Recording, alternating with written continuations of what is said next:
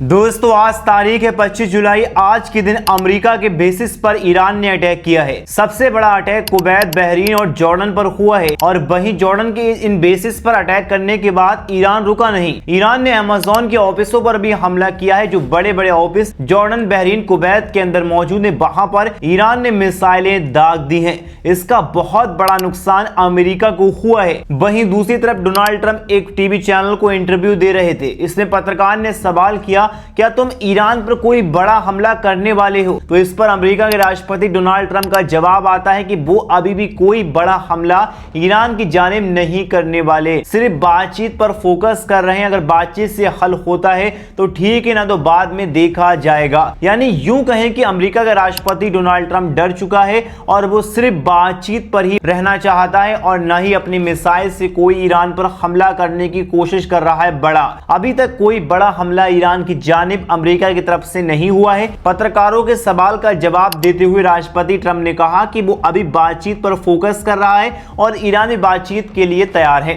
वहीं तीसरी अपडेट में बताएंगे, अमेरिका ने ईरान के जो जहाज सामान लेकर इधर से उधर जाते हैं उन पर हमला किया है, सबमरीन पर। उसमें बहुत बड़ा नुकसान ईरान को हुआ है। ईरान की जानिब से इसको कबूल किया गया है। तीनों अपडेट में आपको इस रिपोर्ट में बताऊंगा। उससे पहले मेरी आपसे गुजारिश है, अगर आप चैनल पर नए हैं तो चैनल को सब्सक्राइब करें, वीडियो को लाइक करें। आपका लाइक हमारी मेहनत का फल है। दोस्तों बात करते हैं सबसे पहली और बड़ी अपडेट की।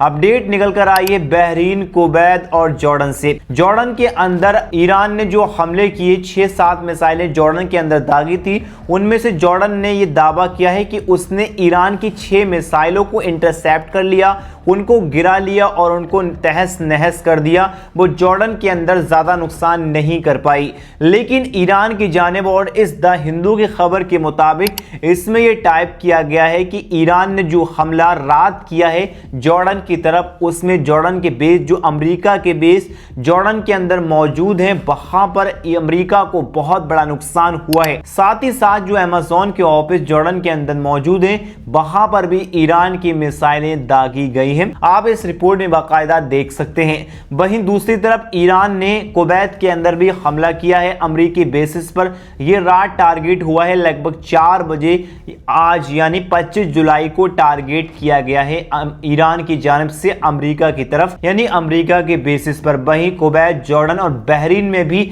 ये हमले हुए हैं। लेकिन इन तीनों देशों में से किसी देश ने यह कबूला नहीं है कि उनकी तरफ ये ईरान की जानिब से हमले हुए हैं। सिर्फ एक देश जॉर्डन ने कहा है कि उन्होंने ईरानी मिसाइल को इंटरसेप्ट कर लिया, यानी 6 से 7 मिसाइलों को इंटरसेप्ट कर उन्हें मार गिराया। लेकिन भाई ईरान की तरफ से और इन खबरों के मुताबिक ये पता चलता है कि 25 जुलाई 4 बजे के टाइम ईरान ने यह हमला बहुत बड़ा इन तीनों देशों पर किया है। अमेज़न ऑफिस पर भी हमला हुआ है। दोस्तों ये खबर बहुत बुरी है अमेरिका की जानिब से।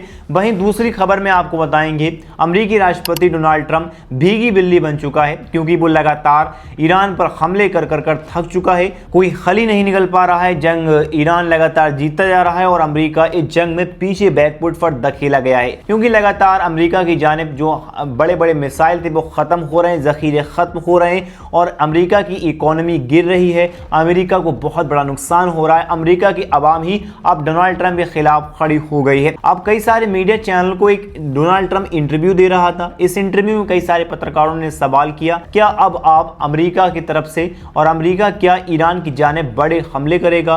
क्या बड़ी मिसाइलों को टारगेट कर ईरान को तबाह करेगा? तो अमेरिका के राष्ट्रपति डोनाल्ड ट्रंप ने सख्त लहजे में जवाब दिया और जवाब यह था कि वो अब ईरान की तरफ कोई ऐसा बड़ा हमला नहीं करेगा जिससे लड़ाई और ज्यादा बढ़े। यानी ये कहें कि अमेरिकी राष्ट्रपति डोनाल्ड ट्रंप ने यह कह दिया है कि वो अब हमले की बजाय अब बातचीत पर फोकस कर रहा है। यानी बातचीत से अब जंग का कोई हल निकालेगा, तभी ये जंग रुकेगी। ना तो भाई अगर हमले करते रहेंगे तो ये जंग और बढ़ती रहेगी और आग में घी डालने का काम किया जाएगा तो आग और भड़केगी। इसीलिए डोनाल्ड ट्रंप जंग में कोई बड़े हमले नहीं करेगा। उसने पत्रकारों को सख्त लहजे में जवाब दिया है कि वो सिर्फ अब बातचीत करेगा और ईरान भी बातचीत के लिए तैयार है और बातचीत करने के लिए दोनों देश आगे बढ़ रहे हैं। तो सिर्फ लड़ाई से ही क्यों काम लिया जाए, बातचीत से भी काम लिया जा सकता है। लड़ाई रुक भी सकती है, डोनाल्ड ट्रंप ने यह कहा है। लेकिन भाई डोनाल्ड ट्रंप की बात नहीं मान सकते। ये वही है, इसने कई बार सीज फायर किया और उसके बाद हमले की। यानी इजराइल का दोस्त है, और इजराइल का जो दोस्त होता है समझ सकते हैं कि वो कितना ज्यादा अपनी बातचीत से मुकरता है। जैसे इजराइल ने फलस्तीन के अंदर कई बार इसी अमेरिका राष्ट्रपति डोनाल्ड ट्रंप ने सीज फायर का ऐलान करवाया, लेकिन कुछ दिनों के बाद इजराइल लगातार हमले करता रहा गाजा और फलस्तीन पर, और कहता रहा कि भाई हमास की जानिब से इजराइल पर हमले किए गए, तभी सीज फायर को तोड़ा गया। तो भाई जिसका दोस्त ऐसा हो तो वो कैसा होगा। ऐसा ही डोनाल्ड ट्रंप जिस तरीके से मीडिया चैनलों के सामने ये बात कह रहा है कि वो ईरान से बातचीत करना चाहता है, हमले नहीं करेगा। हो सकता है ये अमेरिकी राष्ट्रपति डोनाल्ड ट्रंप की कोई चाल हो और चाल में फंसाना चाह रहा हो ईरान को। लेकिन ईरान भी सतर्क है, उसने बहरीन, कुवैत और जॉर्डन के अंदर अमेरिकी फौजी अड्डों को निशाना बनाया है और कई सारे अमेज़न ऑफिस पर हमले किए हैं। वहीं बात करते हैं एक और बड़ी खबर की तरफ। यूएस मिलिट्री ने दावा किया है कि उसने एक और मर्चेंट यानी माल ले जाने वाले शिप पर फायरिंग की है जो ईरान का था, क्योंकि वो ईरान के पोर्ट्स पर लगाए गए ब्लैक होल रोक को तोड़ने की कोशिश कर रहा था।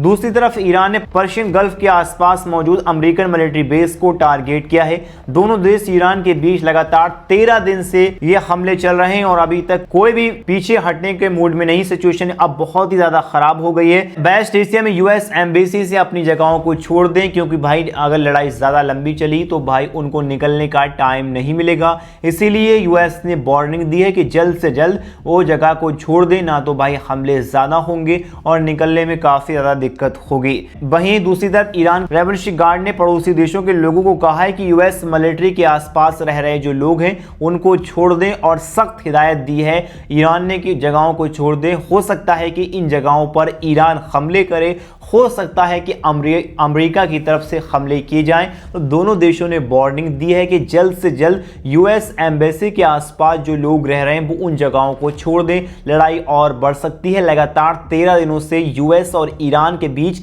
हमले जारी हैं।